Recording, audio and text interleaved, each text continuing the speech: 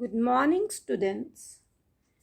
Today we will continue with our previous topic, phrases and clauses, as a part of your English language assignment. All the students are requested to open your English language book titled Collins English Grammar and Composition. Students, now pay attention and read these sentences carefully. The man whom you met yesterday is my neighbor. The girl whose toy was broken was crying. I know the boy who stole your pen. Students, the parts of sentences that are underlined have subject and finite verbs of their own. So they are clauses. Students, in your previous lesson, you have learned about phrases and types of phrases. In this lesson, you will be learning about clauses and different types of clauses. A clause is a group of words that contains a verb, a subject, and a predicate of its own. Clauses are the building blocks of sentences. It can be a part of a sentence or a sentence by itself. Clauses are of following kinds: main clauses and subordinate clauses. A main clause does not depend on other clauses for its meaning. It is also called independent clause.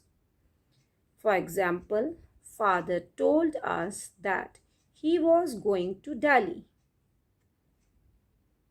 Number 2, in the above sentence, the underlined part is the main clause, as it does not depend on other clause to make its meaning clear. Then a subordinate clause depends on the main clause to make its meaning clear. It is also called dependent clause. For example, my father told us that he was going to Delhi. In the above sentence, the underlined part is a subordinate clause, that he was going to Delhi. Types of subordinate clauses. The kind of clause depends upon the mark or function of that clause in a sentence. There are 3 types of subordinate clauses: noun clause, adjective clauses, and adverb clauses. A noun clause acts as a noun in a sentence. It may be used as a subject or as an object in a sentence. The noun clause can be introduced by the word that, if, what, whatever, etc. For example, what you said was unbelievable. Here it is acting as a subject. In the second sentence, you will be punished if you come late, as an object. So we can combine 2 independent sentences by changing one to a noun clause by using pronoun like who, what, which, whom, whose, that, if, when, where, why, and how. For example, how did you perform the trick? It was surprising for all. Example number 2, how you performed the trick was surprising for all. Adjective clause. A clause that acts as an adjective in a sentence is called an adjective clause. For example, the man who is the tallest is my father. Number 2, the building that I have bought is beautiful. In the first sentence, the clause who is the tallest is telling about the noun man. In the second sentence, the clause that I have bought is describing the noun building. So these are adjective clauses here. An adjective clause is usually introduced by the word who, which, that, etc. Then, adverb clause.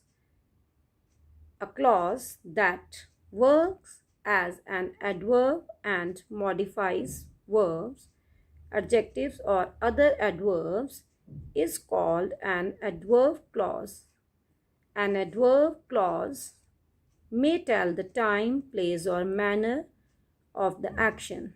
Types of adverb clauses. She ran away when she saw a dog coming towards her. Adverb clause of time. Wherever Mona looked, she saw trees and rolling fields. Adverb clause of place. Then number 3, she will come if you invite her. Adverb clause of condition. Then number 4, I left the class early because I was not well. Adverb clause of reason. Then number 5, it is warmer today than it was yesterday. Adverb clause of comparison. She packed everything carefully lest she should forget something important. Adverb clause of purpose. Then number 7, the conditions were so bad that it was impossible to climb further. Adverb clause of result. Then number 8, the last one, it appears as if it might rain. Adverb clause of manner. So students, in this chapter you have learned about clauses. So in our previous chapter we have done about phrases. So we have done our topic phrases and clauses. Now you all are required to revise the content carefully and attempt all the exercise related to phrases and clauses given in your book. Thank you and have a wonderful day.